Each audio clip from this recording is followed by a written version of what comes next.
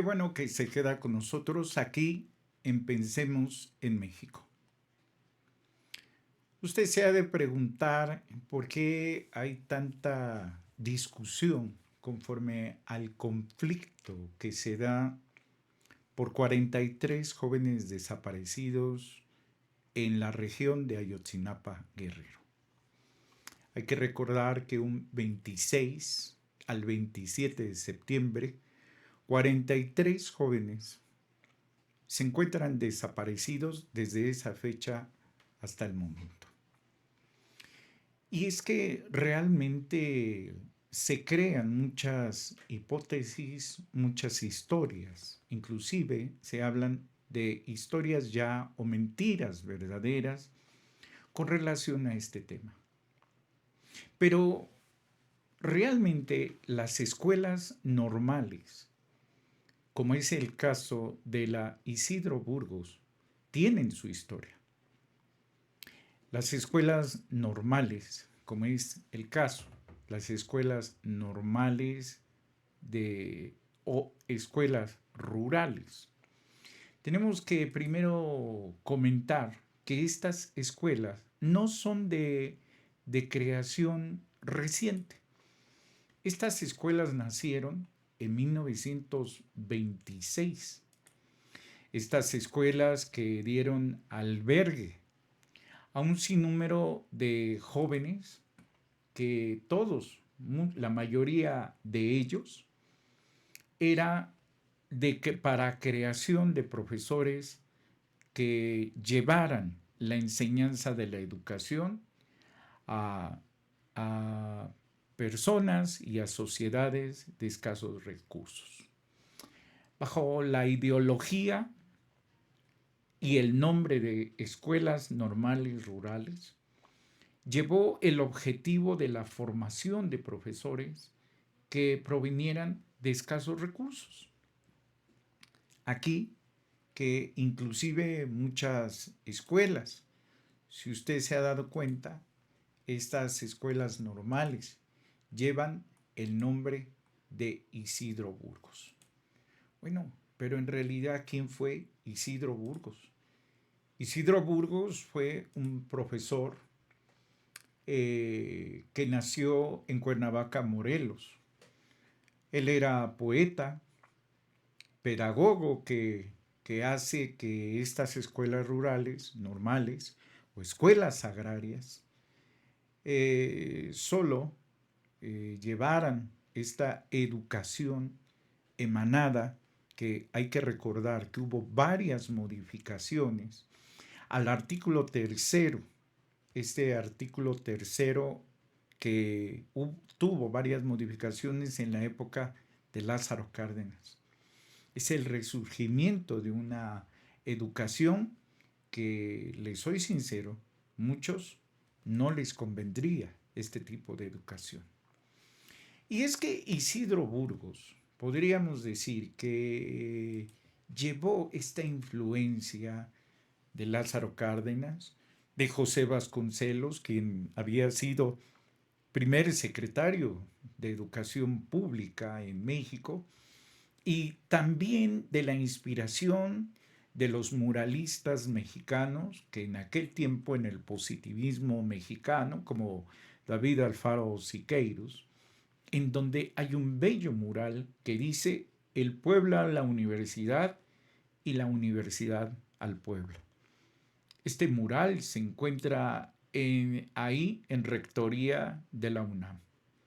Y es como este sentido de la educación pública era de establecer este tipo de escuelas donde estos profesores tendrían que ser de lugares donde ellos venían, es decir, del campo. Las escuelas rurales normalistas, hay que recordar que se caracterizan por un sistema de formación ideológico, donde después de la Revolución Mexicana, se necesitaba un sistema de concientización y de organización social bajo el esquema de no a las armas, sino más bien a la educación. Y así también rechazando en todo momento la religión, ya que, hay que decirlo así, había escuelas donde se impartía una materia que era la de religión. Y es que, así nada más de decirlo, esto discrepaba con el artículo tercero de nuestra Constitución, que hasta la fecha dice que la escuela es pública, libre, gratuita y laica. Bueno, los grupos conservadores inclusive les llamaron a este tipo de escuelas las escuelas rurales, las escuelas normalistas. No solamente eran vistas así, sino que inclusive les llamaban escuelas del diablo, escuelas socialistas. Bueno, y es que en realidad eran escuelas socialistas, es decir, son escuelas donde nacen y se forjan profesores de la misma comunidad para que enseñen a las mismas personas de estas comunidades de escasos recursos, maestros con vocación, maestros rurales. Es decir, el maestro podía ser maestro y también podía ser médico y también podía ser campesino. Este tipo de enseñanza hizo que los grupos conservadores no solamente estuvieran en desacuerdo, sino que derivaran inclusive a ataques directos y de creación, inclusive de atentados sobre los profesores normalistas. Esta influencia de escuelas normales, le quiero decir que sobre todo se dieron más a conocer en los años 60, ya que uno de sus estudiantes toma el estandarte de la defensa de los desprotegidos y lleva su voz del campo a las ciudades. Este personaje sería Lucio Cabañas, un personaje que siempre fue estigmatizado, que él también era profesor, y que fue señalado por las élites del poder de en aquellos tiempos como un hombre altamente peligroso. Hay que recordar que Lucio Cabañas, nada más así, un 18 de mayo de 1967, un grupo de padres de la escuela Juan N. Álvarez pedía la destitución de su directora, a lo que Lucio Cabañas, en la región de Guerrero, inclusive él estaba en una escuela cercana a la Juan N. Álvarez, y los mismos padres de familia le pidieron a Lucio Cabañas que tomara la voz en nombre de los padres. Esto hizo que las autoridades, en este caso y en aquellos tiempos, la policía judicial, sencillamente impidiera este acto, a lo que originaría desacuerdos y una gran trifulca que dejara un saldo de 11 muertos. Lucio Cabañas, sí, hay que recordar que él, tiempo después, fue encarcelado, fue atrapado, fue encarcelado y después fue desaparecido.